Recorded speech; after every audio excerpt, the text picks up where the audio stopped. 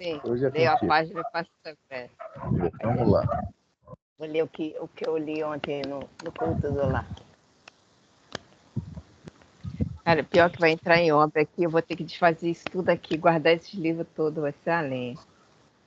Não fala em obra, não. Fui colocar uma pia de uma cozinha, Deus me deu, vamos embora.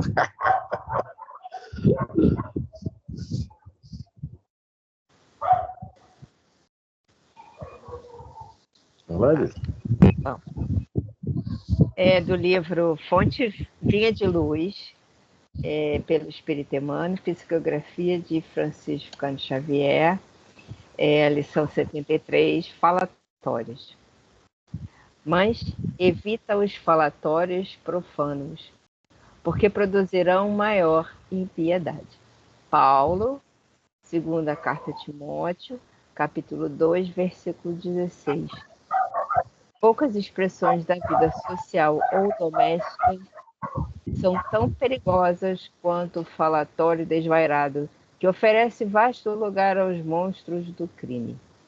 A atividade religiosa e científica há descoberto numerosos fatores de desequilíbrio no mundo, colaborando eficazmente por extinguir-lhes os focos essenciais.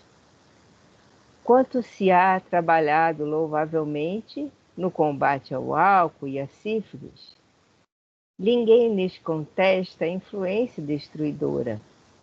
Arruinam coletividades, estragam a saúde, deprimem o caráter. Não nos esqueçamos, porém, do falatório maligno, que sempre forma em derredor imensa família de elementos enfermiços ou aviltantes, afeição de vermes letais, que proliferam no silêncio e operam nas sombras.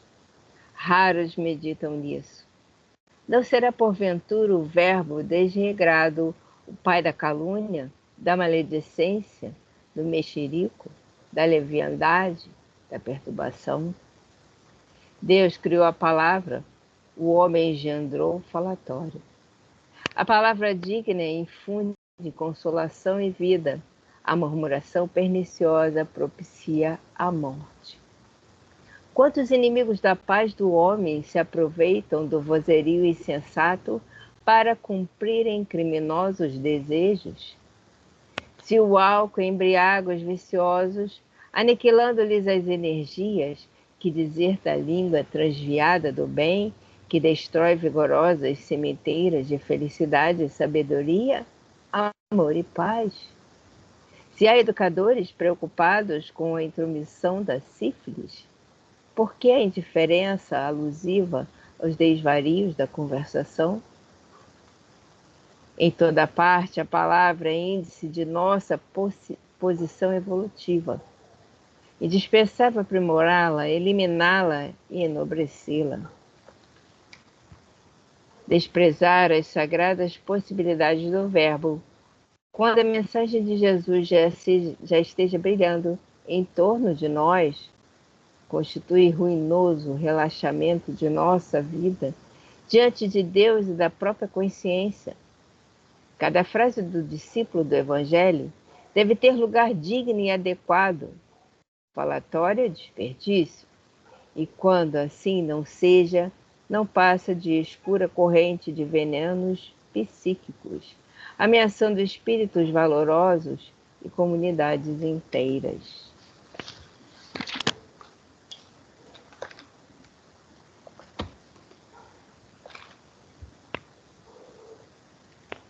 Mestre Jesus, amigos espíritos,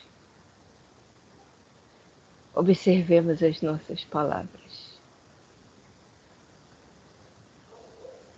Tenhamos consciência e reflitamos sobre os nossos pensamentos antes de transformá-los em palavras. As palavras ferem, as palavras machucam, as palavras destroem como dardos quando lançadas em direção aos nossos irmãos. Mas quando são palavras de carinho, de amor, de afeto e de compreensão, e principalmente de respeito, elas formam um movimento de equilíbrio, de harmonia, de ondas que levam cada vez mais distante a luz divina do Mestre. Nós que aqui estamos para o estudo, Senhor, nos colocamos diante de Ti como seres pequenos, imaturos, indefesos, diante de nossas próprias consciências, das nossos endurecimentos, das nossas dificuldades.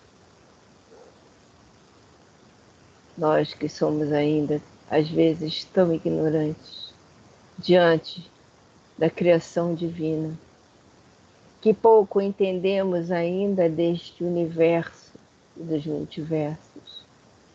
Precisamos saber mais, aprender mais, observar mais, refletir mais antes de falar, pensar mais com equilíbrio, com harmonia e controlar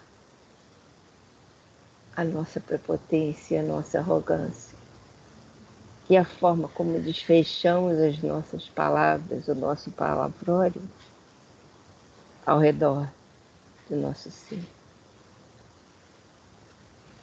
Esteja conosco, Senhor, nesta noite de estudo.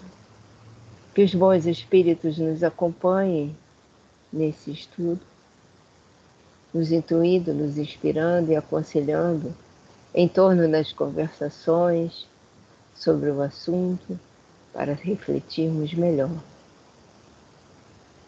Que a paz esteja conosco durante todo o estudo. Que seja uma noite de luz e bênção para todos. Graças a Deus. Que assim seja, que assim se faça agora e sempre. Graças a Deus.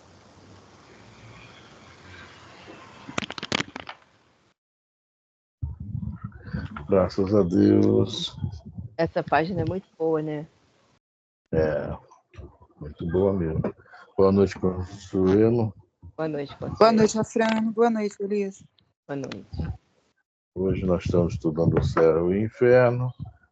Estamos vendo o inferno na novela do padre François Fenelon, do Estado francês. E o Telêmaco, que é o que está assistindo, né? O personagem está assistindo as coisas acontecendo lá no Tártaro, de acordo com a mitologia grega, é o inferno, né? Então muda o nome. Só muda o nome. Boa noite, seu Roberto. Boa noite. Boa noite, Boa noite, seu Roberto. Boa noite, Elisa. Boa noite. Boa noite. Boa noite, seu Roberto. Até porque o Tártaro, na verdade, o Tártaro físico também é um inferno, que ele acaba com o nosso dente. Também. Bom, vocês desculpem que hoje eu estou tossindo um pouco, realmente estou atacado mesmo da dor na sinusite, tá? Muito atacado. Bom, mas vamos lá então. Então, senhor Roberto, tá aí. Então, vamos lá. Nós paramos no inferno, no item...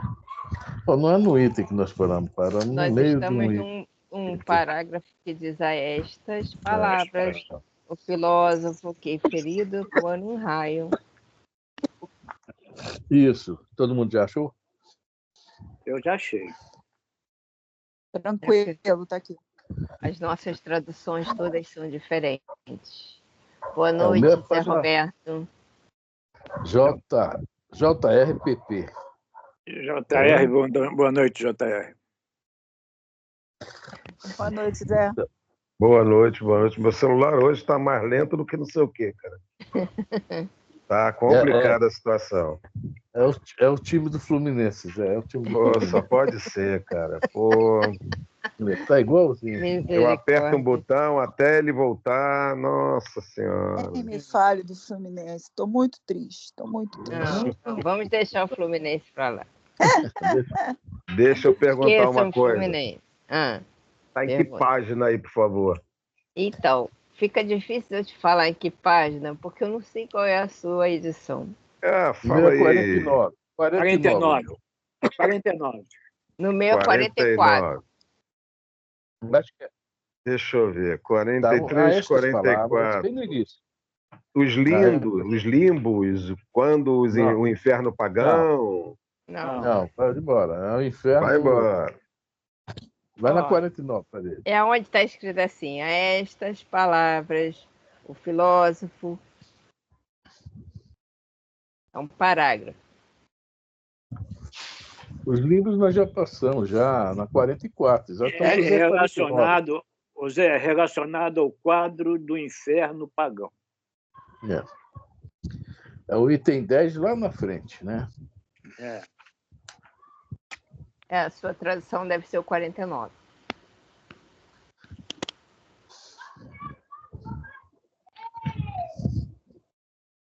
Achou, Zé?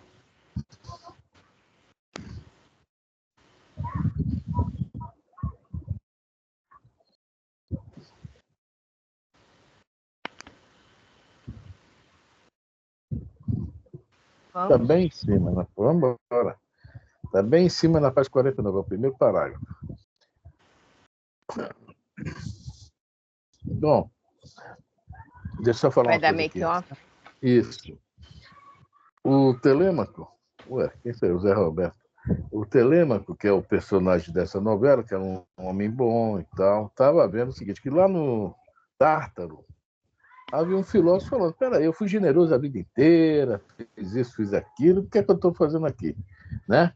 Mas eles estão falando o seguinte, que ele fazia isso, mas na vaidade, egoísmo, vaidade. Lá um pouquinho você vai falar, foste a tua própria divindade, foste a tua divindade, ou seja, né, eu sou o máximo, que eu sou bom, faço isso, faço aquilo, e mostra para eles, desculpe, né, as falhas dele devido a isso. Fala até assim, que você não acreditou nos deuses, né? Isso é mitologia grega, tá, gente? E ele realmente não acreditou em ninguém, só nele mesmo. Né? Nem aquela história, Deus no céu e eu aqui, não. Não, nem isso. É eu aqui, fim de papo. Aí que eles estão conversando com o filósofo e o filósofo vai abrindo a mente e vai vendo que ele é muito inteligente, vai vendo que ele estava errado, né? Aí é onde nós vamos começar. Tá ok? Achou, Zé? Vamos lá. Achei, valeu. Então, A vamos lá. essas palavras, o filósofo, como que ferido por um raio, mal podia suster.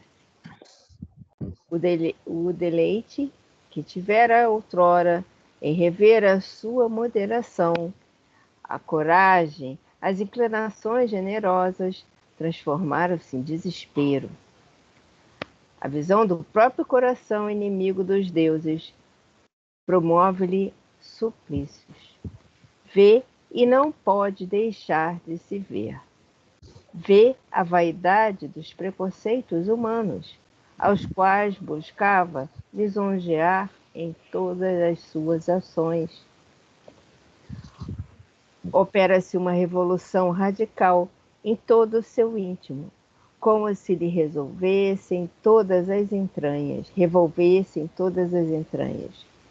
Reconhece-se outro. Não encontra apoio no coração.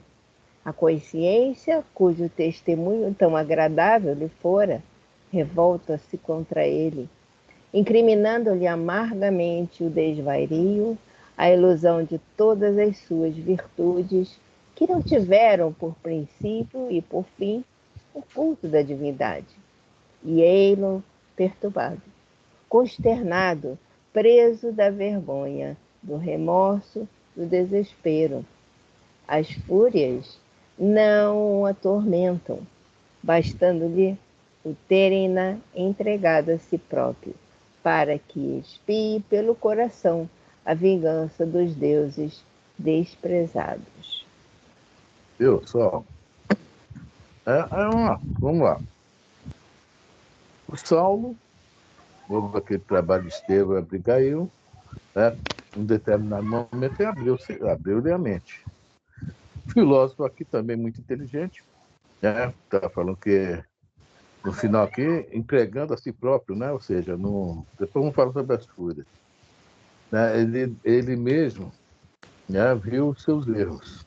Ele mesmo reconheceu tudo e viu que tinha muito que consertar. Né? Ele não precisou lá no Tártaro, em outros infernos que nós já vimos, aqueles vários infernos que nós já vimos, né? Havia aquele monte de castigo, isso e aquilo. Ele não precisou, não. A própria consciência, quando ele, né, reconhece... Olha a história do conhecimento de si mesmo, né? Ele não se conhecia. Quando mostraram para ele quem ele era, conhecimento de si mesmo, está aí, a pergunta 919, né? Que aquele cai em si dos problemas que ele conseguiu para ele mesmo, que ele arrumou para ele mesmo. Tá? Agora, o interessante aqui é que ele fala, as fúrias, aqui o Kardec coloca, as fúrias não atormentam. Então, eu fui procurar o que é as fúrias na mitologia grega, né? Tem aqui no meu livro. Ah, tem? No Três meu não deusas tem. gregas da vingança. Isso. Alecto, Tisifone e Megera. Isso. Tem os traduções, o que é? Cada uma delas significa... elas... Não. Só três deusas gregas da vingança. Pois é. Diz que para castigar os deuses, era um deus chamado Nemesis, tá? Mas tudo bem. Aí não, já é para castigar os mortais. As fúrias eram para castigar os mortais. Era a eu anotei que eu mesmo estou entendendo minha letra. Tisifone. Ela significa o castigo, né? O machucar, o doer. A megera, agora que eu descobri de onde veio esse nome megera, né? É o rancor. Né? E a Electra, ela é inonimável. Alecto, no meu está Electo. Né? É um U no final. Alecto, é inonimável. O que é um ser inonimável? É um ser bem rasteiro. Do que eu vi no dicionário, não serve para nada. Olha essa coisa mais, né? Então a gente está vendo, tem muito a ver com a doutrina, não está fugindo muito da doutrina, só muda os termos, os nomes, o modo tal, né? Mas não é a doutrina. Quando a gente vê nos livros espíritos desencarne, o que é que a gente vê? A pessoa, quando cai em si, vem o remorso, vem aquela dor, né? Uns passam o dia a mais, outros querem consertar o que foi feito. É tudo isso que está acontecendo aqui no Tártaro, é o que realmente acontece, né, na vida dos espíritos, de nós desencarnados, né, quando desencarnamos e temos os acertos para fazer. Né? Então, está bem legalzinho isso aí, né? Por isso que Kardec colocou aqui para a gente, né? O filósofo caiu em si. Vamos lá? Alguém quer comentar? Os telêmacos ainda existem até hoje, né? Encarnados, depois que eles desencarnam, é isso que a gente está vendo aí. Né? O desespero, o remorso, o arrependimento. Os telêmacos sempre existiram, né? A vaidade sempre pior. O telêmaco está assistindo isso, Roberto. Está assistindo ele. Sim, desculpe. E ele vai também. Ele tá, desculpe, é o filósofo. O filósofo é que... Esses filósofos, nós temos, ainda existem até hoje, né? Existem, somos todos nós, né? Somos todos nós. E tem os espíritos, superiores, adiantados, que são os telêmacos, que apresentam para nós essa situação toda que a gente passou encarnado, e aí vem o arrependimento, vem a tristeza, vem o remorso, vem tudo. Exatamente. Continua tudo igual, só muda os nomes e as épocas. Exatamente. Fala, Lívia. Nada. Estou ouvindo. Nada dessa coisa legal que vai falar aqui agora. Só o que está em itálico aí, Lívia. Procurando a treva, não pôde encontrá-la, porquanto inoportuna luz o segue por toda parte. Olha só que coisa aqui, muito legal, né? Ele, nesse momento, é como assim, eu queria que tivesse um buraco para me enfiar e sumir, procurando a creva. Só que como é que fala? Inoportuna luz o segue, que é, essa luz é o conhecimento. Ele sabia que estava errado. Esse conhecimento é que estava doendo nele. Entendeu? Então, a luz, o conhecimento, vão seguir sempre. E como ele não usou bem o que ele conhecia, aí, né? Botaram até itálico aqui, né? E depois vai lá, de todos os raios penetrantes da verdade, quer dizer, raios penetrantes da verdade. Sabia e não usou. É o grande problema. Nosso também. Alguém quer falar? Então, vamos embora. De todos os lados, os raios penetrantes da verdade vingam a verdade que ele desdenhou seguir.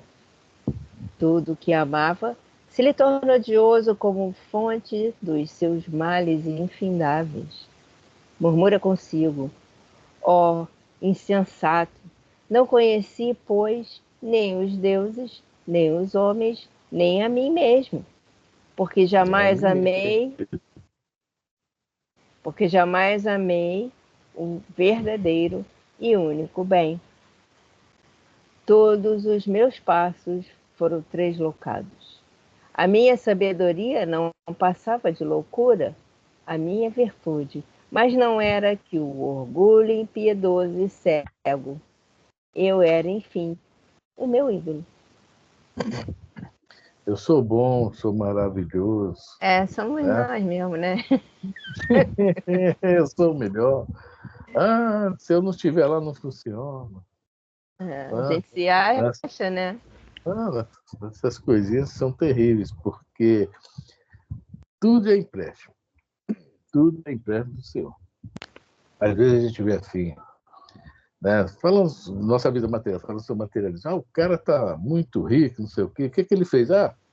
Ele criou muito gado. Entendeu? Eu pergunto, ele criou muito gado, muito bem, mas ele foi lá e confeccionou uma vaca, né? Um boi, um touro, sei lá. Não, estava pronto. Ele negociou, fez aqui, fez bons negócios, né? O outro, minerador, ficou rico minerando. Aquele minério quem fez? Como é que estava lá? Até a história científica, mas estou falando assim, dentro da visão religiosa, né? Tudo foi criado por Deus e só seus co-criadores, né? Então, nada é nosso.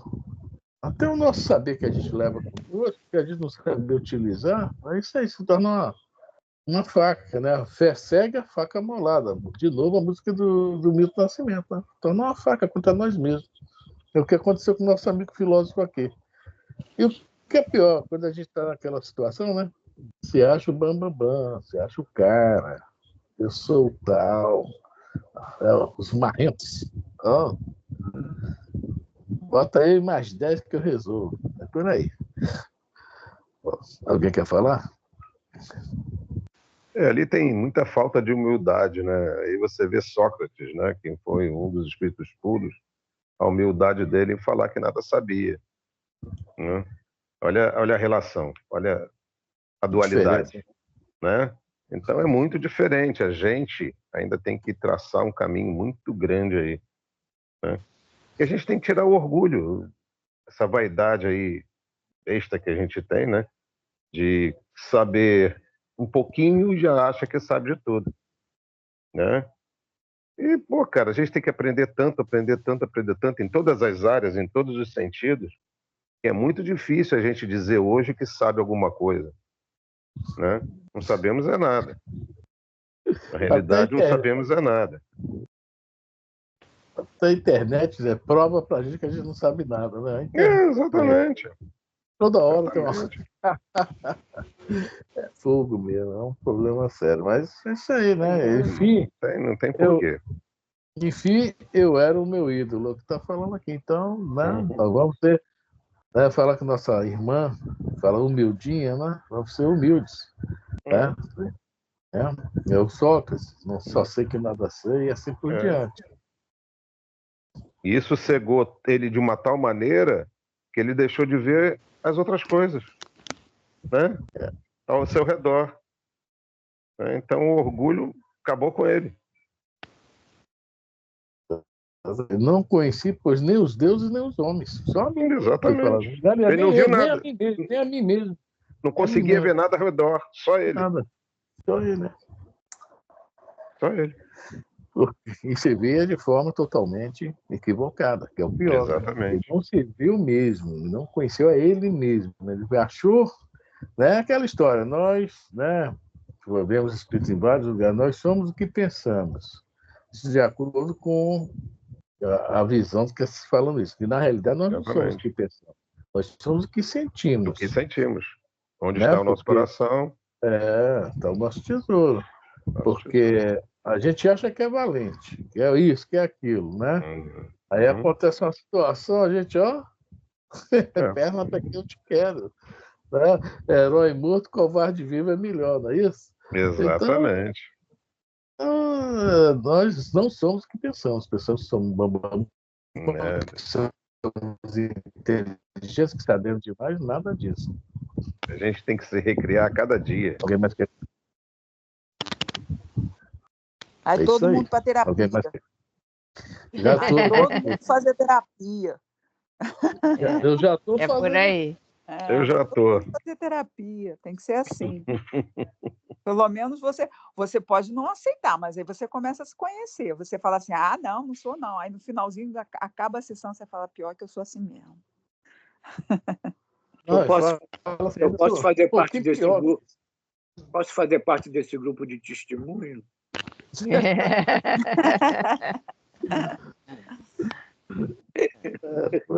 É por aí mesmo.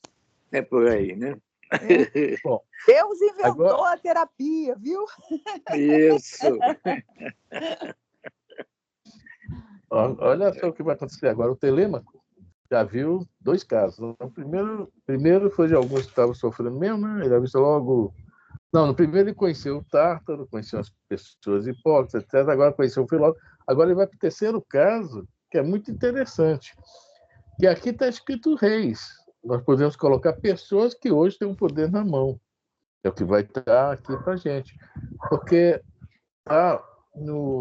vamos falar assim, um cara que tem, por exemplo, uma indústria muito forte e tal, que consegue, né, ter uma força muito grande no mercado.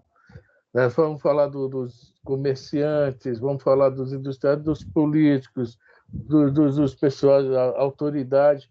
E, na realidade, as palavras reis aqui se encaixam nisso aí, nós vamos ver isso. Né?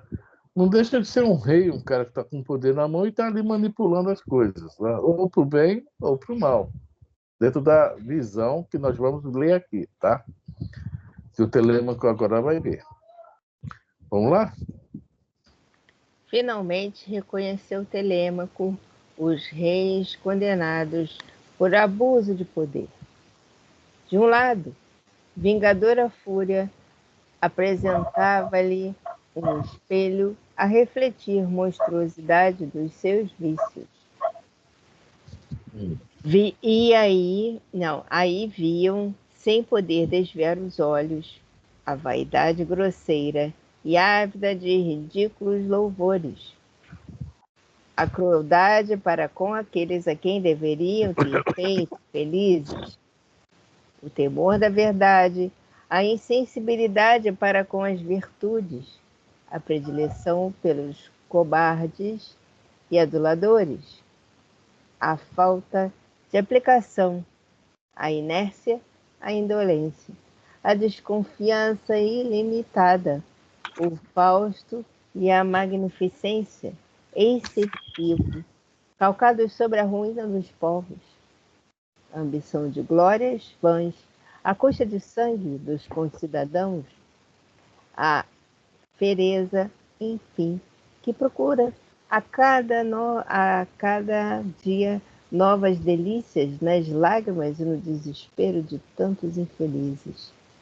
Esses reis reviam-se constantemente nesse espelho, achando-se mais monstruosos e horrendos que a própria quimera, vencida pelo Belefonte, que a hidra de Lerna, abatida por Hércules, e que Cérebro, vomitando por suas 3 goelas um sangue negro e venenoso, capaz de empestar toda a raça de mortais que vivem sobre a Terra. Deu para entender hoje, atualizando essa palavra reis, é o que acontece no nosso planeta, né? Aquele que detém algum tipo de poder de conhecimento, né? E assim por diante, várias outras coisas. Vive às custas mesmo do suor né? De quem ele poderia ajudar. Quando nós temos aqui na Terra, né? É aquela famosa parábola, né? Lá está lá no Evangelho de Lucas, do mordomo infiel. Nós não temos nada, nós somos mordomos daquilo que o Senhor nos empresta, que nos coloca para tomar conta. Nós somos, digamos, o encarregado, né? Um gerente. Não é nada nosso. E as leis divinas nos ensinam o quê? Que nós devemos dividir, solidariedade, fraternidade, todas essas coisas que nós estamos vendo aí direto, né? Nosso sistema capitalista aí, arrasador, né? Direto isso aí. Então, nós estamos vendo que esses reis existem até hoje, não por coroa e trono, mas o poder continua na mão deles. Né? A gente vê o tempo todo isso aí.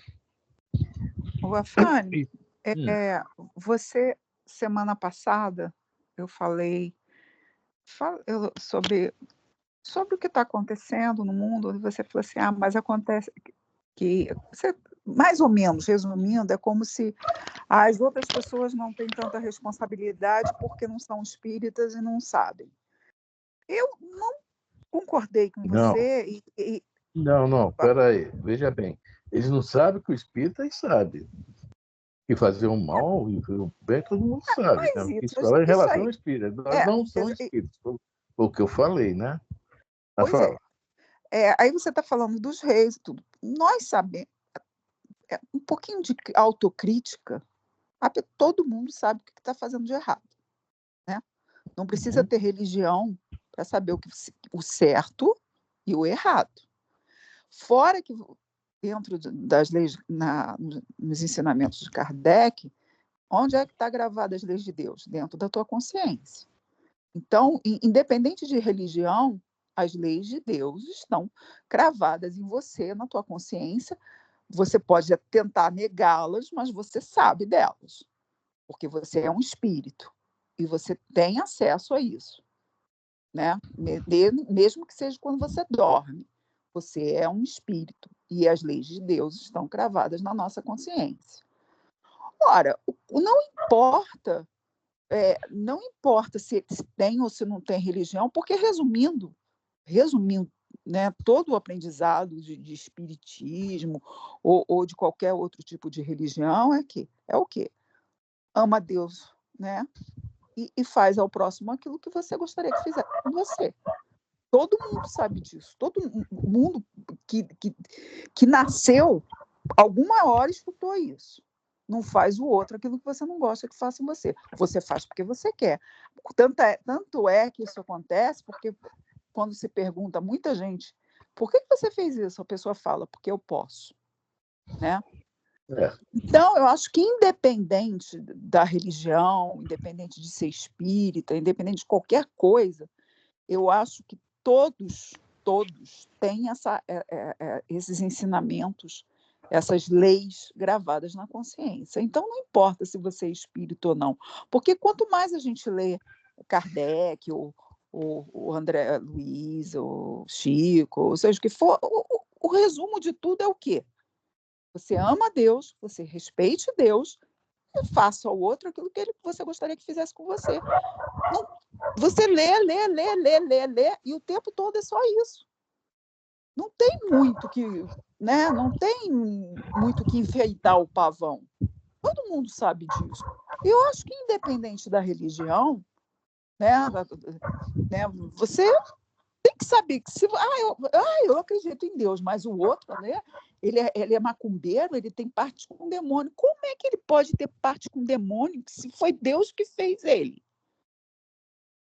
Então, tem determinadas coisas que eu acho que é um geral, sabe? Que não precisa ficar batendo sempre na mesma tecla e batendo sempre na mesma tecla. Parece que a gente está Não, chupando gelo. Você não concorda? Consuelo, eu concordo em certa parte, mas veja bem. Quando eu cheguei no Marco Aurélio, em 2006, para assistir uma palestra lá com ele, a primeira coisa que ele falou foi um negócio muito interessante. Ele falou, se você passar na rua, tem uma nota lá de R$100 lá, você pega? Eu pensei, eu pego. Eu pego. Eu pensei, mas não respondi. Aí alguém lá falou, não, eu pego sim, ó. Quem perdeu, infelizmente, né? Tá ali, outro vai pegar. Ele falou, mas está errado. Está errado, esse dinheiro não é nosso. O dinheiro, para conseguir o dinheiro, tem que trabalhar, tem um custo. Alguém trabalhou e perdeu o dinheiro. Qual é o certo? É até botar uma pedra em cima para aquele dinheiro não voar, ou botar num lugar alto se tiver problema de ter uma chuva, uma enxurrada, para a pessoa que perdeu pensar, eu andei em tal lugar, vou dar uma volta, vou chegar lá, sei que meu dinheiro está lá. Então, há pequenos detalhes dentro das leis divinas que nós não conhecemos. Nós não temos noção que isso aí... Olha só, de uma certa forma, isso que o Marco Aurélio falou, se a gente pegar, nós estamos lesando alguém, roubando. Não é roubando, assim, estamos, né, pegando algo que não é nosso, apropriação indébita, digamos assim. Então, tem muitos lances na lei de Deus que ela está na nossa mente, mas tem coisas que a gente não leva a sério, que acha que não tem muito a ver com as leis de Deus. Esse que é o grande problema da nossa população, da nossa humanidade. Porque outra coisa, problema de reencarnação. Olha, a reencarnação é a base de toda a doutrina espírita. Sem a reencarnação, não existe doutrina espírita. E quem acredita em reencarnação lá fora, quer saber disso, de reencarnação lá fora, também não tem esse conhecimento. O que é que nós estamos estudando aqui um livro? Esse livro aqui, O Céu e o Inferno, lá no Livro dos Espíritos, se chama Esperanças e Consolações. Né? O que acontece? O Livro dos Espíritos são 4 livros. O primeiro livro, Kardec caprichou aonde? Uma noção geral de um monte de coisa, né? Da onde eu vim, né? O que é que eu sou e tal. O segundo livro ele já vai falar somente sobre o espírito. O espírito encarnado, desencarnado, o encarnado perturbando o desencarnado perturbando o encarnado, um ajudando o outro, etc. Ele faz essas ligações todo o segundo livro. O terceiro livro, o que é que rege toda essa confusão aí, essa humanidade? As leis morais, que são as leis de Deus, que essa humanidade não conhece. E o que é pior, a humanidade não conhece, só tem essa ideia de céu e inferno, que é o 4º livro, Esperanças e Consolações, que é o que nós estamos estudando. Se a gente for falar aí na rua, essas coisas que a gente fala aqui, vamos chamar de Tidor, de Harry Potter, né? Mentirosos. Então, cada mundo tem a lei de Deus na sua mente, na sua consciência, porque a regra básica é aquela: não faça ao outro que queira que faça contigo. Essa é a regra de ouro, a regra básica.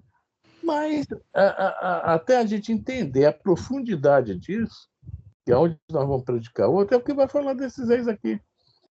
O cara nasce acostumado. Olha só, vai ter um pai aqui, vai ter um filho aqui, que o pai vai falar: meu filho, você está aqui comigo. Mas lá adiante, eu não vou falar, não. Aí nós vamos entender isso. O cara ensinou o filho certo. Ele fez errado, mas vamos ver o que é que o filho fala. Entendeu, Consuelo? Porque pelo menos o básico, né, Afrânio? Porque, por exemplo, essa semana aí eu vi uma mulher bateu na vizinha porque a vizinha era um bandista, só por causa disso. A mulher chegou em casa. Veja bem. Como é que pode? Na cultura dela, Consuelo, veja bem, é enfiado na cabeça dela que o bandista tem pacto com o demônio, com o diabo, não sei o quê, e ela não sabe o que é demônio, o que é diabo, mas para ela o bandista isso foi imposto. Como é que isso aí é massificação, isso é gado. A gente também... Um monte de coisa. Veja bem, a própria doutrina, veja bem, nós estamos recebendo que informações. A própria doutrina está nos guiando. Agora, se ela estiver errada, nós estamos lascando, nós estamos seguindo ela. Deu para entender, Consuelo? Esse que é o problema. Tem que pensar um pouco, né? Como é que você pode bater numa pessoa e, enquanto você bate, diz: o sangue de Jesus tem poder? Como se Jesus fizesse. Eu não Mas sei. aí pega a Bíblia, só lê a parte por exemplo, dos judeus que arrasaram com o filisteu, que é os amoneus, não sei quem, né? Acha que aquilo ali é correto. O exército do Senhor, o exército do Senhor para eles é violento, porque não há compreensão legal, não há alguém que chegue lá, não é bem assim, não, vamos aqui conversar sobre isso. Né? O exército do Senhor é anjos, entendeu, Consuelo?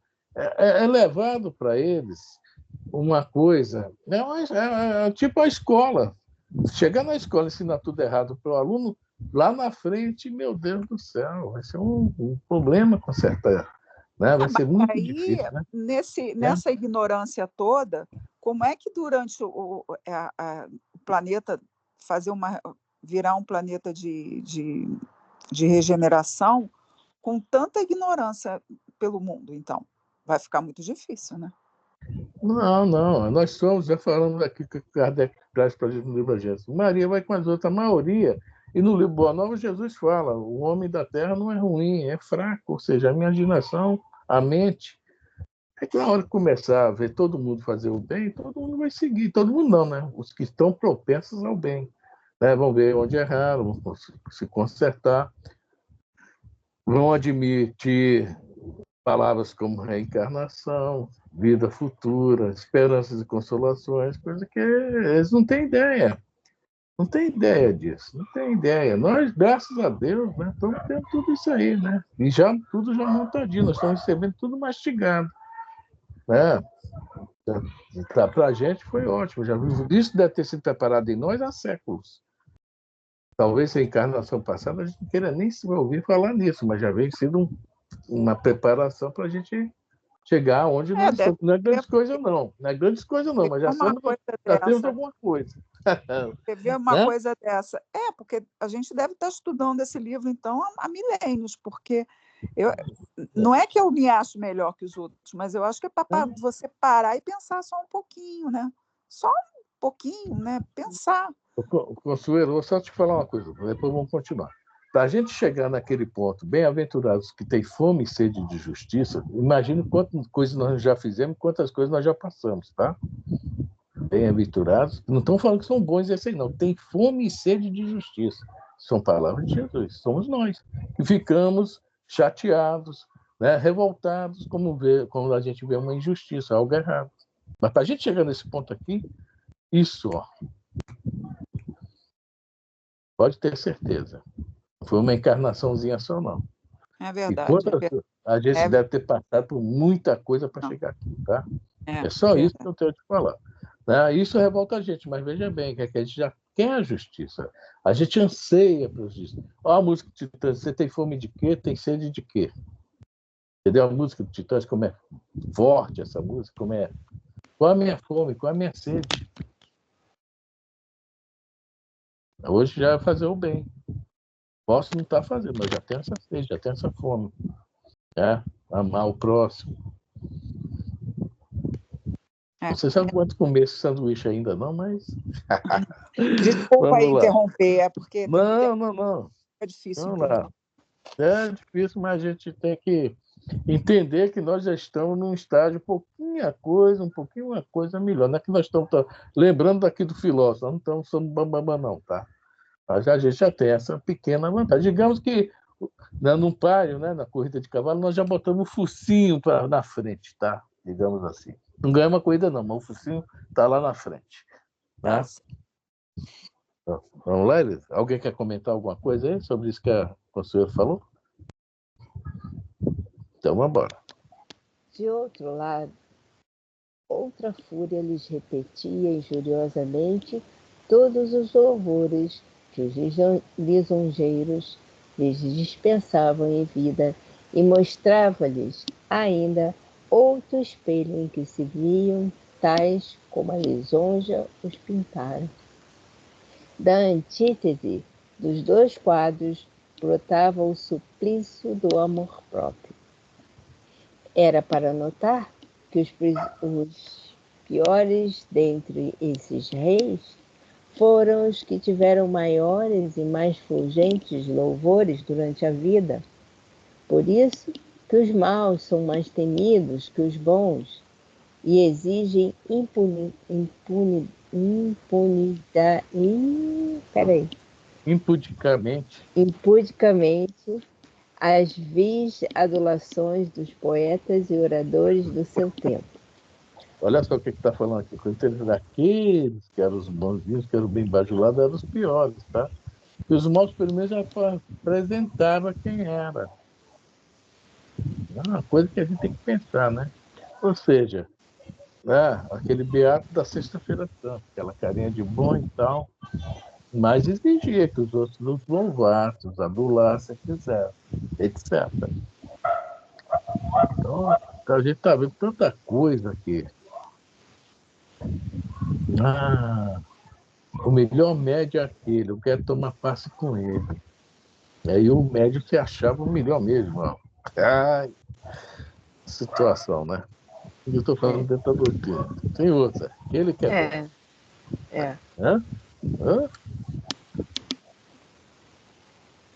Na profundeza dessas trevas, onde só insultos e escárnios padecem, ouvem-se-lhes os gemidos agoniados. Nada os cerca que os não repela, contradiga e confunda em contraste ao que supunham na vida, zombando dos homens, convictos de que tudo era feito para servi-los. No Tártaro, entregues a todos os caprichos de certos escravos, estes lhes fazem provar, por sua vez, a mais cruel servidão. Humilhados dolorosamente, não lhes resta esperança alguma de modificar ou abrandar o cativeiro. Qual bigorna sob as marteladas dos cíclopes, quando Vulcano os acoroçoa nas fornalhas incandescentes do Monte Etna. Assim permanecem, mercê das pancadas desses escravos transformados em verdugos. Olha só, quando a gente, né, vê os livros espíritas, é isso que acontece, né? A gente vê aquela rainha da França, quando chegou lá, né, que desencarna, o que é que ela fala? Aqueles, né, escravos, aquele pessoal que servia a ela, estavam tudo bem. Né? O próprio irmão Jacó, né? Quando o pessoal olha para ele, esse aí era aquele que doutrinava a gente, cadê a luzinha dele? Né? Estava ele lá com a cabecinha de fósforo meio apaga ou não apaga, né? Então, isso também, para quem foi orgulhoso a vida inteira, né? E o que é pior, está falando aqui que os escravos, né, ela emprega para a mais cruel servidão, ou seja, os escravos também abusavam dele com raiva, né? Com raiva, que eles tinham sido feitos. Nem todos perdoam, né? Tem isso também, né? Nem todos perdoam. É igualzinho que a gente lê na doutrina espírita. Estou vendo nada diferente aqui. Alguém quer comentar? Então vamos embora. Aí viu Telêmaco, pálidos semblantes, hediondos e consternados. Negra tristeza essa que consome estes criminosos, horrorizados de si próprios, sem poderem dela despojar-se como da própria natureza. Não tem outro castigo às suas faltas que não as mesmas faltas. Venha-nas incessantemente na plenitude da sua enormidade, apresentando-se-lhe sob a forma de espectros horríveis que os perseguem.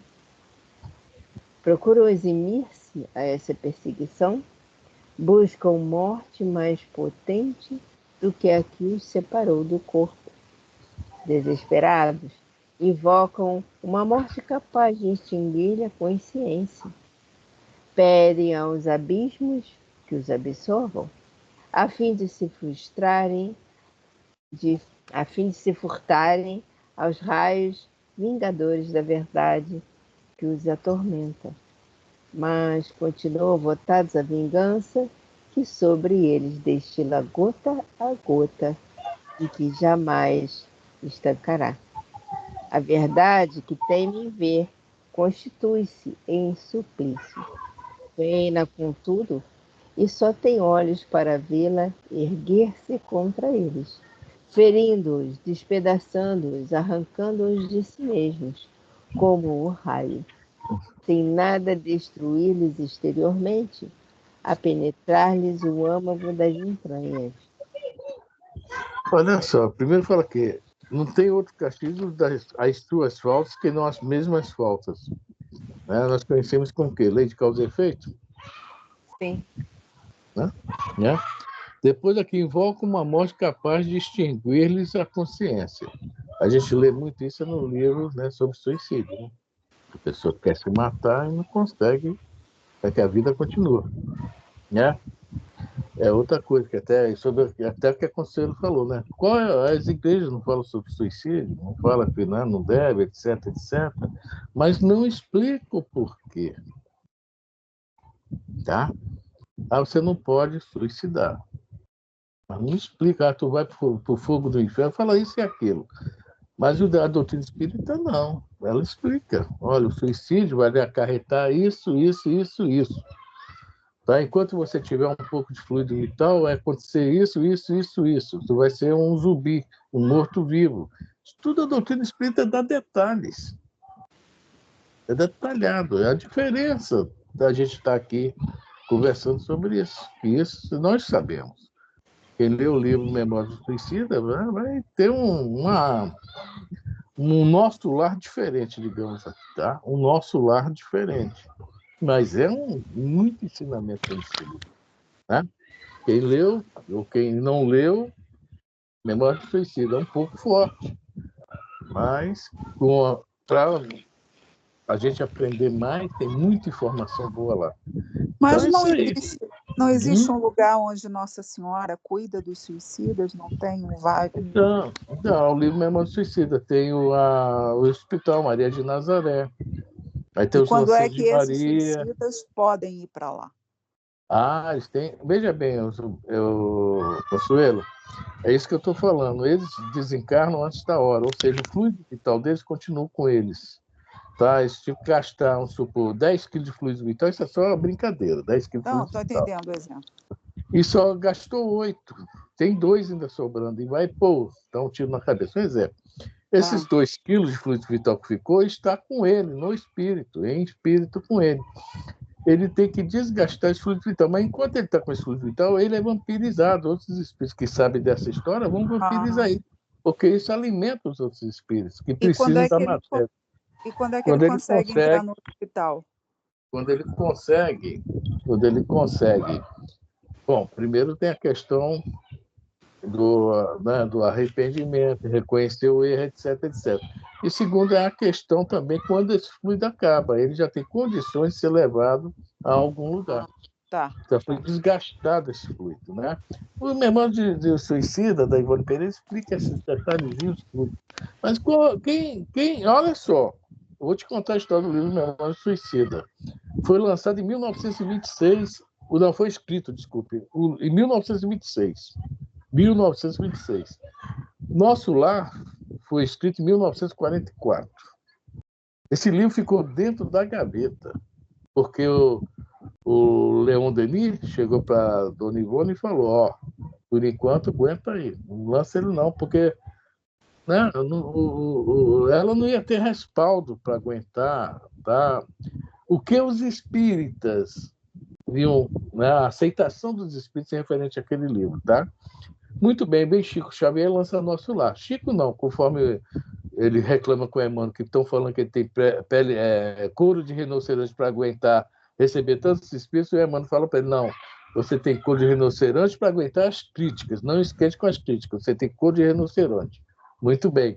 Quando veio Nosso Lar, que o Chico foi falado que estava obsediado, que o Chico estava maluco, que o Chico isso, o Chico aquilo, que o livro era tudo, né, espíritas falando isso.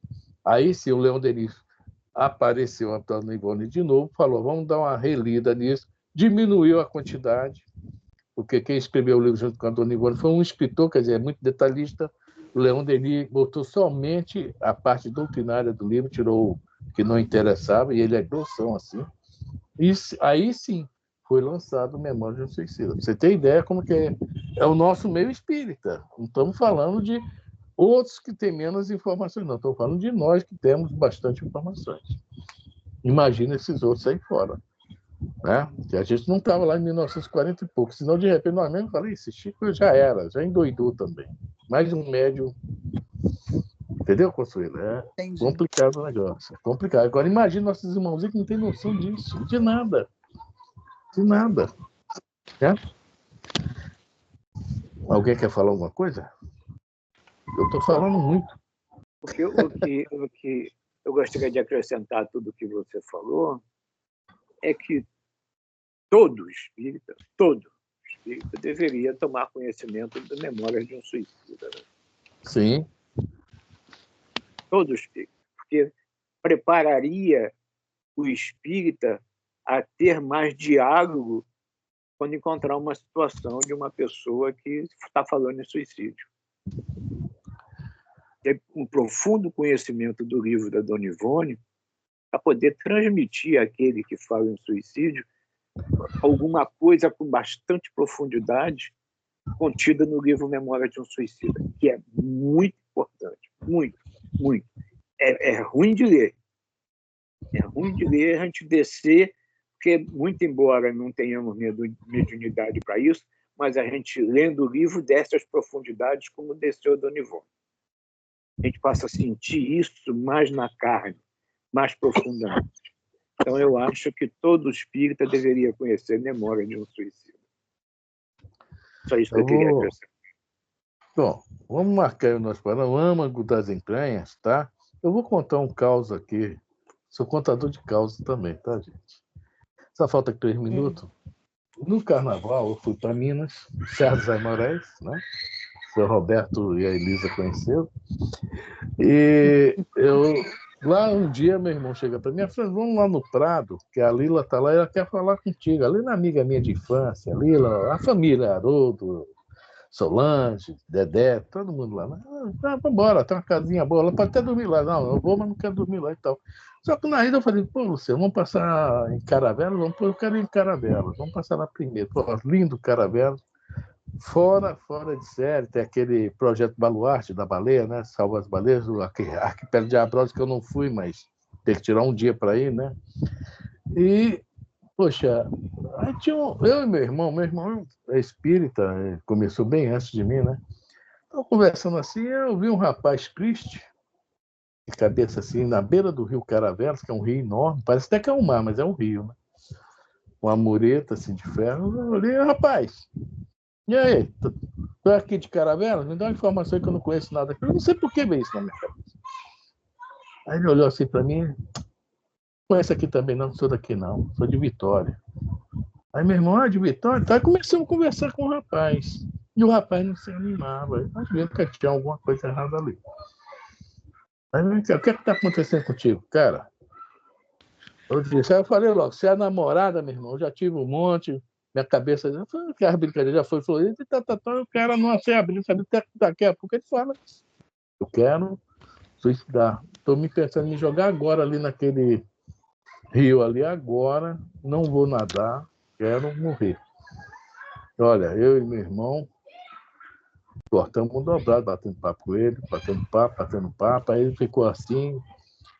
Falamos sobre algumas coisas de espírito, sem falar religião, tá? Olha, a morte não acaba, a vida não acaba, tá? Todos aqueles que encontramos, alguns caras, falamos na boa, ficou olhando sério, eu vou pensar o que vocês estão falando. Eu disse, não, pensa não, age, porque é muito sério mesmo. Você é novo, qual a tua idade? 23 anos, poxa. Não sabe nada da vida. Gente, foi um dobrado. Mas nós tivemos até um argumento mais forte para falar com ele sobre essa questão do suicídio, sem entrar em muitos detalhes de doutrina. Agora, se eu chego lá, não, suicida não, que tu vai para o inferno, vai lá para o Tártaro, e tu vai ficar lá no mármore quente. Ele lá quer saber isso, se ele está numa situação, né, depressiva, enorme e tal. E ele ficou pensativo, final. Ele levantou e foi para a praça, saiu da beira do rio. Eu disse, bom, daqui para frente não é mais com a gente, não. Os bons espíritos devem ter intuído nós dois, né? Eu e meu irmão. E ele saiu. E como eu não ouvi notícia nenhuma nos jornais lá da Bahia sobre isso, então eu acho que pode ter adiado o projeto ou acabado com o projeto. Que Deus o ajude onde ele estiver, né? Então é isso aí, gente. Porque é isso que a doutrina nos facilita. Ela nos dá argumentos para conversar com alguém numa hora crítica. Negócio eu não sei nada. Faz isso não, faz isso não. Bom, gente, é isso aí. Tá? Vou desligar aqui a gravação.